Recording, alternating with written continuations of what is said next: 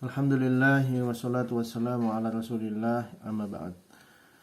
Puji syukur kepada Allah Subhanahu wa taala. Pagi hari ini kita bisa lanjutkan kembali kajian kita, kajian Arafah Mina, dengan membahas kitab Ibnu Katsir. Semoga yang kita kerjakan ini Bapak Ibu menjadi amal soleh kita, catatan amal soleh kita, menambah timbangan kita di akhirat kelak. Amin ya rabbal alamin. Kita masih lanjutkan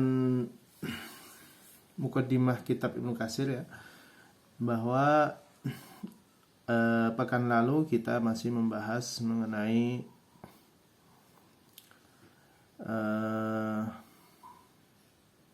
masih tentang fadilah Abu Bakar As-Siddiq yang membukukan Al-Quran, kemudian sirah tentang Rasulullah bersaksi bahwa mereka yang mau menyampaikan ayat-ayat Allah sebagai orang-orang yang beriman. Kita akan lanjutkan. Qala al-Bukhari rahimahullah, berkata Imam Bukhari, hadatsana Musa bin Ismail, hadatsana Ibrahim, hadatsana Ibnu Syihab an Anas bin Malik, hadatsahu anna Hudzaifah ibn al-Yaman qadama ala Utsman bin Affan radhiyallahu anhuma wa kana yughazi ahlu Syam fi fathi Armaniyah wa Azerbaijan. Ini hadis dari Bukhari ya. Suatu ketika Hudzaifah bin Yaman itu mendatangi Khalifah Utsman bin Affan. Saat itu sedang terjadi peperangan di Syam ketika pembebasan Armenia dan Azerbaijan. Kalau sekarang menjadi Azerbaijan kalau nggak salah. Ma'ahlil Irak, bersama orang-orang Irak. Dan ini sekarang sudah muslim semua ya di sana itu. Fa'afra'a Hudzaifah ikhtilafahum fil qira'ah. Fa'afza'a Hudzaifah ikhtilafahum fil qira'ah. Faqala Hudzaifah li Utsman, ya Amirul Mu'minin, adraka hadhihi al-ummah qabla an yakhtalafu fil kitab ikhtilaf al-yahudi wan nasara. Jadi karena perbedaan dialektika, ternyata ketika Islam semakin luas, maka banyak orang yang membaca Al-Quran itu berbeda versi, walaupun secara arti tidak berubah. Berbeda versi karena dialek. Dialek itu begini, misal contohnya pakai bahasa Indonesia aja lah ya. Bahasa Indonesia itu ada yang susunannya kebolak-balik, ada yang atau bahasa Jawa deh, biar gampang. Orang Ngapak dengan orang Jawa Surakarta itu beda. Dialek orang Semarang dengan orang Solo beda. Dialek orang Purbalingga dengan orang Solo beda. Walaupun mungkin kita bisa tahu artinya gitu ya. Hatta kita membaca teks yang sama, itu cara bacanya bisa beda. Nah, itu yang bikin kisruh tuh begitu. Contoh sego, tulisannya sega. Kalau orang Jawa Surakarta kan bilangnya sego. Kalau orang Purbalingga ya bacanya tetap sega. Terus misalnya apa? Lungo. Tulisannya kan kalau bahasa Jawa lunga. Kalau di Solo itu bacanya tetap lungo walaupun pakai A. Tapi kalau di Banyumas jadi lunga. Ya. Dan seterusnya. Itu contoh. Kalau di Quran bagaimana? Contoh misalnya ghairil maghdubi alaihim ada qiraah yang membaca ghairil maghdubi alaihim. Tulisannya sama, artinya sama. Alladzina yu'minuna bil ghaibi. Ada yang membaca qiraah yang membaca alladzina yu'minuna bil ghaibi. Nah, dan masing-masing mengklaim bahwa saya mendapatkan dari guru saya begini. Guru saya dari guru saya, guru saya dari guru saya sampai kepada Rasulullah. Saling buka-bukaan sanad. Nah, maka pas penaklukan Armenia dan Azerbaijan ini, Sayyidina Hudzaifah bin Yaman itu menemui banyak orang yang berselisih, gondok-gondokan. Ini gondok-gondokannya keren tapi ya, saling mempertahankan sanadnya, saling mempertahankan ilmu yang dimiliki, kemudian bacaan Quran dari gurunya. Jadi ikhtilafnya bukan ikhtilaf yang remeh-remeh atau ikhtilaf yang furu' ya. Ini ikhtilafnya memang benar-benar saling menjaga prinsip. Yang benar tuh begini gitu ya. Nah, di lapangan yang ditemui seperti itu. Kemudian berkata kepada Utsman, umat ini ya akan menjadi berselisih dengan perselisihan yang kalau dibiarkan saja kan nanti akan menjadi perselisihan yang tidak ada ujung selesainya. Masing-masing mengklaim baik dan benar. Seperti perselisihan Yahudi dan Nasrani. Fa'arsala Utsman ila Hafsah an arsala ilaina bisuhufi nansakhuha fil masahif thumma nuridduha ilaik. Maka kemudian kalau Bapak dan Ibu masih ingat, dulu pernah ditulis mushaf Utsmani, mushaf yang pertama kali ya. Bukan mushaf Utsmani ya, mushaf ya. Mushaf yang pertama kali ditulis yang disimpan di tempat Sayyidina Hafsah. Jadi kan dulu ditulis di era Abu Bakar, kemudian Abu Bakar meninggal, khalifahnya adalah Umar. Nah, maka Umar ini istrinya adalah Hafsah. Disimpanlah mushaf ini oleh ibu negara ya. Nah, setelah itu Umar meninggal, digantikan oleh Utsman. Mushafnya masih dibawa oleh Hafsah. Nah, mendengar di lapangan terjadi perselisihan seperti itu, kemudian diutuslah seseorang kepada Sayyidatina Hafsah untuk apa? Untuk meminta naskah, nansakhuha. Naskhah tulisannya sebenarnya dari kata naskhah ya, tulisan. Nah, berubah jadi bahasa Indonesia menjadi naskah.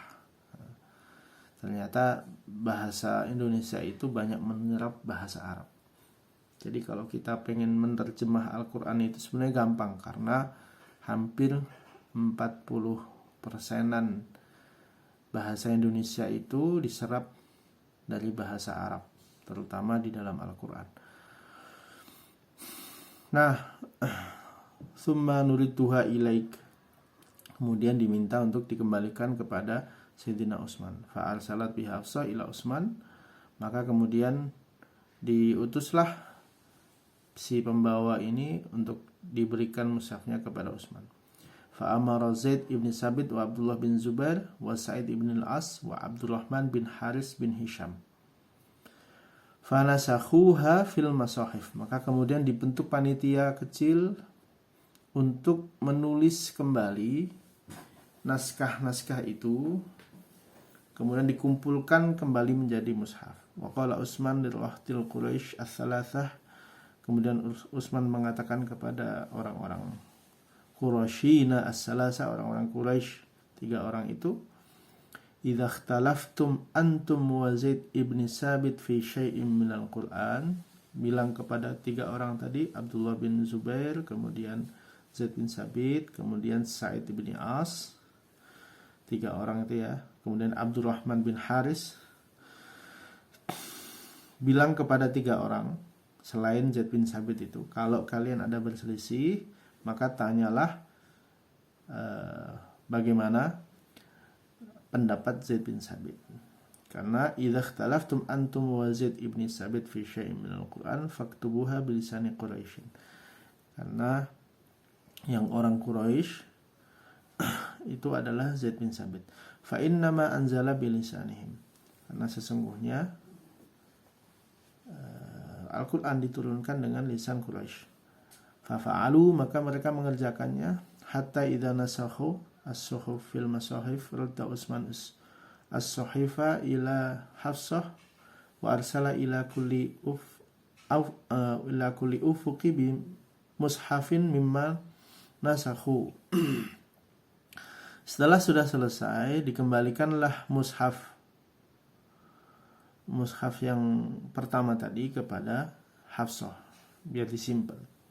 Kemudian disebarkan mushaf-mushaf yang sudah ditulis tadi, wa amara bima siwahum minal Qur'an fi mahalli sahifah aw mushaf ayuharriqa. Kemudian memerintahkan untuk membakar semua sahifah-sahifah, lembaran-lembaran, ya, atau mushaf-mushaf selain yang ditulis oleh panitia kecil tadi untuk dibakar. Jadi untuk menghindari perselisihan, ini kita bakukan. Istilahnya kalau sekarang tim taskhih. Ada tim taskhih yang mentaskhih kebenaran bacaan, kebenaran tulisan mushaf, ya, untuk dibakukan menjadi mushaf yang disepakati supaya tidak terjadi perselisihan. Jadi seperti ini effortnya untuk menjaga Al-Quran. Jadi kalau proses yang dari awal penulisan, pengumpulan itu tidak ada, mungkin kita tidak akan ketemu Quran yang seperti saat ini, ya. Kemudian qala Ibnu Syihab Az-Zuhri fa akhbarani Kharijah ibni Zaid bin Sabit sama Zaid bin Sabit qala faqadat ayatun minal ahzab hina nasakhna al-mushafa qad kuntu asma'u Rasulullah sallallahu alaihi wasallam yaqra'u biha fawajadnaha ma'a Khuzaimah ibn Sabit al-Ansari. Jadi pas mengumpulkan itu Zaid bin Sabit tidak mendapati salah satu ayat yang beliau dengar dari Rasulullah tapi tidak didapat di dalam mushaf itu, ya, yaitu akan tetapi kemudian itulah gunanya panitia, ya. Jadi tim untuk taskhih itu nggak boleh sendiri, harus ada tim, harus ada majelis begitu, ya. Karena manusia itu punya keterbatasan tentang ingatannya, apalagi orang-orang zaman sekarang, ya. Maka ketika tidak mendapati kita kehilangan sesuatu, ada orang lain yang bisa, ini kayaknya ada ayat ini kok nggak tertulis begitu, ya. Nah, ya, ditemukanlah dari Khuzaimah ibni Sabit al-Ansari. Apa ayat itu? Ayatnya adalah surah Al-Ahzab ayat 23, minal mu'minina rijalun sadaqu ma ahadullah alaih fa alhaqnaha fi suratiha fil mushaf. Maka kemudian ditambahkanlah di dalam mushaf. Jadi ini tidak banyak yang tahu, ya, tentang sejarah ini. Memang sejarahnya secara singkat bahwa Utsman membuat mushaf, ya, sebanyak 5 mushaf untuk dikirimkan di masing-masing negeri kaum muslimin saat itu. Wa hadza aidan min akbari manaqibi Amirul Mukminin Utsman ibn Affan. Dan ini salah satu legacy atau tinggalan atau warisan yang terbaik dari Sayyidina Utsman bin Affan radhiyallahu anhu. Fa inna syaikhaini sabaqahu ila hifdzil Qur'an ayyadhhaba minhu syai'un wa huwa jam'un nas ala qiraati wahidah. Jadi Syaikhain sebelumnya, ya, dua orang sebelumnya, yaitu Abu Bakar dan juga Umar, adalah orang yang ayyadhabu minhu syai'un wa huwa jam'un nas ala qira'atin wahidah, yaitu mengumpulkan mushaf supaya tidak tercecer gitu ya, di alla yakhtalifu fil Qur'an. Adapun Sayyidina Utsman bin Affan, salah satu akbari manaqib atau salah satu legacy atau warisan yang terbaik yang menjadi jariyahnya sampai akhir hayat beliau, salah satunya adalah dengan mengumpulkan bacaan Al-Quran itu yang berbeda-beda qiraahnya, cara membacanya dikumpulkan menjadi satu mushaf, kemudian terkenal dengan mushaf Utsmani. Maka saat ini menjadi sebuah kesepakatan para ulama, mushaf apapun di dunia ini harus mushafnya adalah mushaf tulisan seperti ketika periode Sayyidina Utsmani, walaupun cara membacanya berbeda. Jadi misal Bapak dan Ibu coba download mushaf, misal qiraah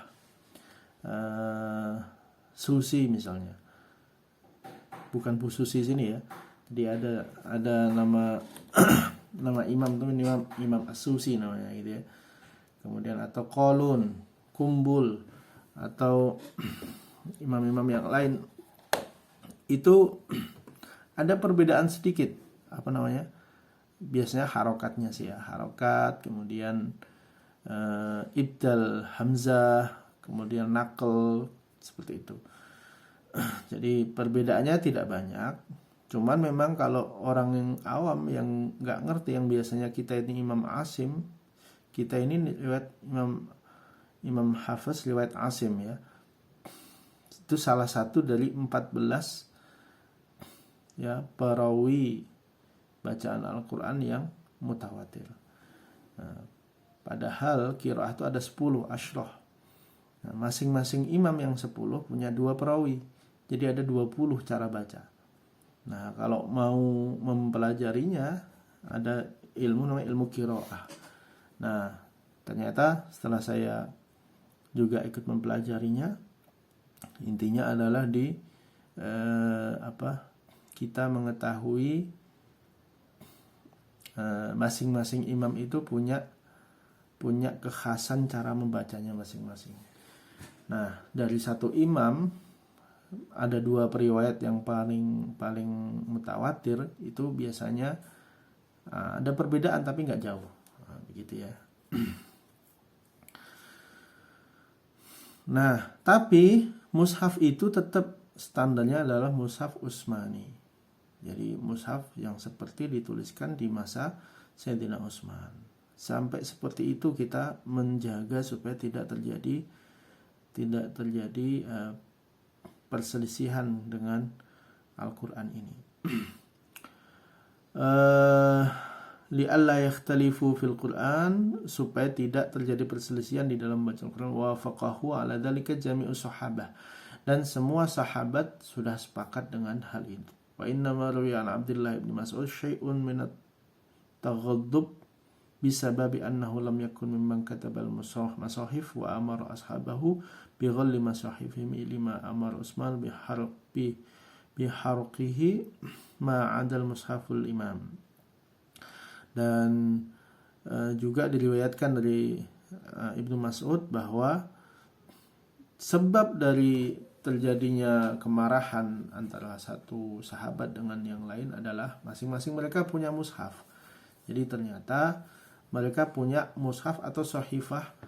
Kalau mushaf itu jadi satu, sahifah itu terpisah-pisah. Misal ada orang nulis surat Saba misalnya, dalam satu buku terpisah begitu ya. Nah, setelah ada mushaf Utsmani ini, apapun tulisan selain standar mushaf Utsmani ini, maka harus dibakar, begitu ya.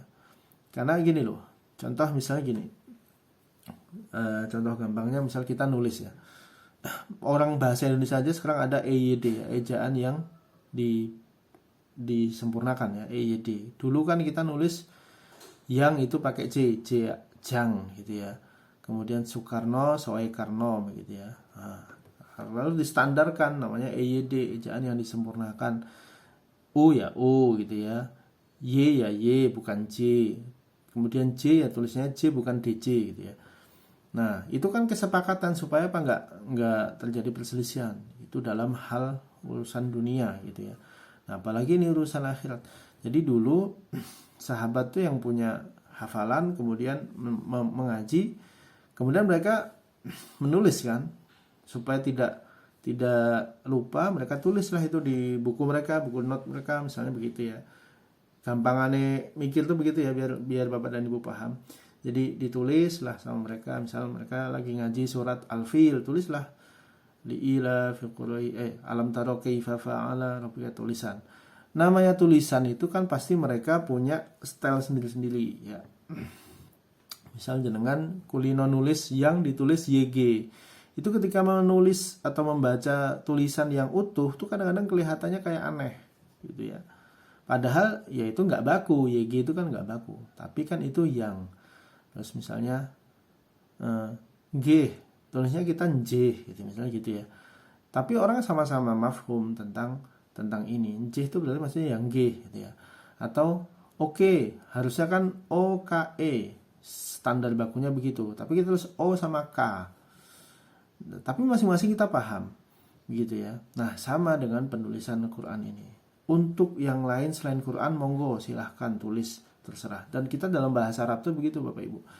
Kalau kita memaknai kitab itu di pondok itu biasa kita pakai singkatan-singkatan. Kalau kita kan pakai metode utawi iki iku begitu ya. Misal utawi itu mubtada dikasih huruf mim. Khobar dikasih huruf kho, itu tanda utawi iku gitu ya. Kemudian jamak misal piro-piro itu kan jamak banyak. Piro-piro kaum muslimin dikasih huruf J jamak. Nah, tahu misal itu adalah domirnya kemana, dikasih tanda sendiri-sendiri. Kalau saya dulu bisa kasih centang, berarti ilaihi itu kan ilaihi, itu hi-nya itu kan domir itu kata ganti. Biasanya di kalimat sebelumnya, kata sebelumnya atau pembahasan dari hal yang dibahas ini apa, hi-nya kepada siapa, misalnya hi-nya kepada Rasulullah atau kepada man, seseorang misalnya, atau kepada ustadz. Itu biasanya dikasih domir, dikasih centang untuk apa, menunjukkan oh ini itu domirnya kepada si ini misalnya gitu. Nah itu masing-masing orang tuh punya standar sendiri-sendiri, sakerpe dia, sesuka-suka dia gitu ya. Nah makanya harus dibuat metode begitu ya, supaya mereka mudah niteninnya. Tapi itu semua boleh selain untuk Al-Quran. Jadi kita nggak boleh untuk Al-Quran kemudian kita singkat-singkat. Kalau nulis Allah itu kan ada orang tuh yang nulis Allah tuh ya cuman di bulat gini tek gitu ya. Nah, bulat tek. Nah, ini kan cara orang menulis ya, Allah. Nah, Muhammad juga set ada yang begitu. Nah, itu nggak boleh kalau untuk kita menulis mushaf. Maka ada khot namanya khot naskhi, khot nasakh, apa namanya? Khot naskah Quran. Jadi macam-macam khot, ada khot diwani, tijani. Nah, ini dipelajari di apa namanya di ilmu apa namanya menulis Al-Quran ya. Yang semuanya ini tidak diajarkan di halayak umum, hanya orang-orang tertentu saja yang memang ingin mendalaminya. Nah, jadi maka kita jangan jumut ya dengan pemahaman yang kalau kita nggak ngerti mending diam ya. Jangan terus kemudian menyesatkan orang. Misalnya itu kok nulis Allahnya begitu lah, kita aja yang nggak ngerti mungkin gitu ya. Itu khot yang lain misalnya gitu ya. Sampai mana tadi? Ya, kemudian diperintahkan untuk dibakar. Semua tulisan Al-Quran yang tidak standar Utsmani, nggak standar bakar. Bakar bukan biniyah dengan niat untuk melecehkan, tapi dibakar untuk apa? Untuk ini umat biar bersatu dulu nih dengan cara penulisan Utsmani. Tsumma raja'a Ibnu Mas'ud ila al-Wafaq hatta qala Ali ibni Abi Thalib radhiyallahu anhu, "Law lam yaf'al dzalika Utsmana la fa'altuhu ana." fattafaqal a'immah. Nah, ini Bapak Ibu rahimakumullah, ini yang terjadi ini adalah di periode Ali bin Abi Thalib. Jadi tadi sahabat siapa namanya? Ibnu Mas'ud ya. Nah, sahabat Ibnu Mas'ud itu cerita kepada Sayyidina Ali tentang pembakaran mushaf atau sahifah yang tidak sesuai dengan standar Sayyidina Utsman. Nah, kemudian Sayyidina Ali meresponnya yaitu dengan lau lam yaf'al dzalika Utsmana, kalau Utsman tidak mengerjakan itu, la fa'altuhu ana, maka aku akan mengerjakannya. Sungguh aku akan mengerjakannya. Jadi artinya apa? Fattafaqal a'immah, bersepakatlah semua imam 4 khulafaur rasyidin Abu Bakar, Umar, Utsman wa Ali radhiyallahu anhum untuk pembuatan mushaf ini. Ala anna dzalika min masalihid din, bahwa ini adalah bid'ah yang terbaik untuk kemaslahatan agama. Dan kita tahu semua, wahum, mereka itu berempat adalah al-khulafa adalah khalifah yang 4 alladzina qala Rasulullah sallallahu alaihi wasallam alaikum bisunnati, peganglah kalian dengan sunnahku, wa sunnah al-khulafa ar-rasyidin, dan juga sunnah-sunnah khulafa ar-rasyidin min ba'di, sesudah aku, yaitu 4 orang itu. Wa kana as-sababu fi hadha Hudzaifah ibn al-Yaman radhiyallahu anhu lamma kana ghaziyan fi fathi Almaniyah wa Azerbaijan wa kana qad ijtama'a hunaka ahli Syam wal Iraq wa ja'ala Hudzaifah yasma'u minhum qira'at ala hurufin shatta wa ra'a minhum ikhtilafan wa iftiraqan. Falamma raja'a ila Utsman a'lamahu wa qala al-Utsman adraka hadhil maqabla ay ikhtalafu fil kitab ikhtilaf al-yahudi wan nasara. Jadi karena sebab inilah maka Hudzaifah bin Yaman radhiyallahu anhu ketika beliau ikut berperang di Armenia dan Azerbaijan, mereka mengumpulkan ahli Syam, ahli Irak, dan kemudian Hudzaifah itu mendengar mereka membaca dengan bacaan yang berbeda-beda, hurufin syatta, banyak versi ya. Kemudian melihat mereka tidak hanya berbeda bacaannya tapi juga ikhtilafan wa iftiraqan, mereka bahkan saling sudah kelihatan kan, orang tuh kalau sudah berbeda itu cenderungnya walaupun perbedaannya sama-sama punya hujah tuh biasanya cenderungnya tidak bisa berkumpul dengan yang sama gitu ya. Contoh misalnya kita orang NU nih, biasanya ya nyari komunitas yang sama, satu vibrasi, satu frekuensi. Orang Muhammadiyah dengan Muhammadiyah, orang Salafi dengan Salafi. Nah itu yang terjadi, itu sudah normal ya. Maksudnya itu hanya orang-orang tertentu yang bisa bertahan dengan perbedaan. Itu pun biasanya nggak lama. Jadi misal kita di masyarakat itu semakin tinggi ilmu kita, itu semakin mudah membaur dengan orang yang berbeda dengan pemahaman kita. Tapi semakin kita grassroots, semakin nggak ngerti ujung dari perbedaan ini ada di mana, itu biasanya semakin kita akan memojokkan kelompok yang lain. Misalnya, oh itu kan kelompok itu kan kelompok itu. Nah itu ciri-ciri tuh. Jadi kalau emang beda ya beda aja, biasa aja gitu. Kita tahu perbedaannya ada di sini. Kita bersikap dengan tasamuh, dengan menghormati. Contoh misalnya kita sedang interaksi dengan orang-orang Salafi misalnya. Orang Salafi itu sama sekali nggak mau dengar musik misalnya. Nah, kita satu mobil nih misalnya. Ya udah, di mobil jangan hidupkan musik. Bukan kemudian kita ikut pemahaman mereka. Kita masing-masing punya sakofah, punya pemahaman, punya keyakinan. Tapi kita menghormati mereka daripada nanti mereka panas gitu ya. Sama juga misalnya di dalam mobil kita itu orang-orang yang suka dangdutan, suka ini gitu ya. Ya kemudian kita punya prinsip, kalau memang kita nggak nyaman dengan dangdutan ya kita nggak usah nyalain dangdutan. Kalau memang mau nyalain nasyid gitu ya, sama-sama dengerin musik juga. Tapi mungkin untuk mereka yang suka dangdutan, mendengar nasyid itu sesuatu yang baik gitu ya. Untuk mereka yang nggak suka musik, mendengar nasyid itu jadi panas gitu ya. Jadi kalau orang ngerti itu enak banget. Makanya kita belajar ya. Nah sama Sayyidina Hudzaifah bin Yaman tadi, melihat ini bakal jadi sumber perpecahan, ya, waftiraqan, menjadi sumber berpecah belah. Falamma raja ila Utsman a'lamahu wa qala li Utsman adraka hadal ma qabla ay yakhtalafu fil kitab. Maka kemudian ini menjadi dasar Sayyidina Utsman untuk menulis apa namanya, Mushaf Utsmani namanya, dan menghindari supaya tidak terjadi ikhtilaf seperti kaum Yahudi dan Nasrani. Nah, nanti ikhtilafnya Yahudi dan Nasrani bagaimana sehingga sampai dengan saat ini kita bisa ketemu Injil yang tidak punya standar, ya. Injilnya nggak ada standarnya. Kalau kita kan punya standar Utsmani. Mushaf Utsmaninya itu sampai sekarang masih ada, ya. Tapi sudah maksudnya bukan 5 mushaf, ya. Kalau dulu kan ada 5 mushaf Utsmani.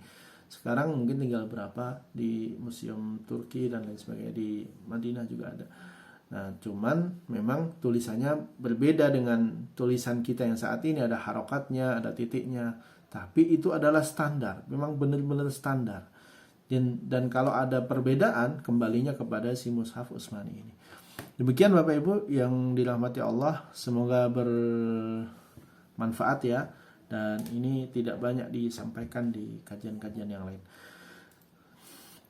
Sekian, kita tutup dengan kafaratul majlis. Subhanakallahumma wa bihamdika asyhadu an la ilaha illa anta astaghfiruka wa atubu ilaik.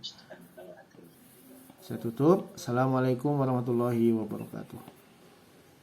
Waalaikumsalam warahmatullahi wabarakatuh. Terima kasih. Nuhun ibu-ibu. Pamit ya. Assalamualaikum. Ya Allah. Wassalamualaikum warahmatullahi wabarakatuh. Waalaikumsalam. Waalaikumsalam warahmatullahi wabarakatuh.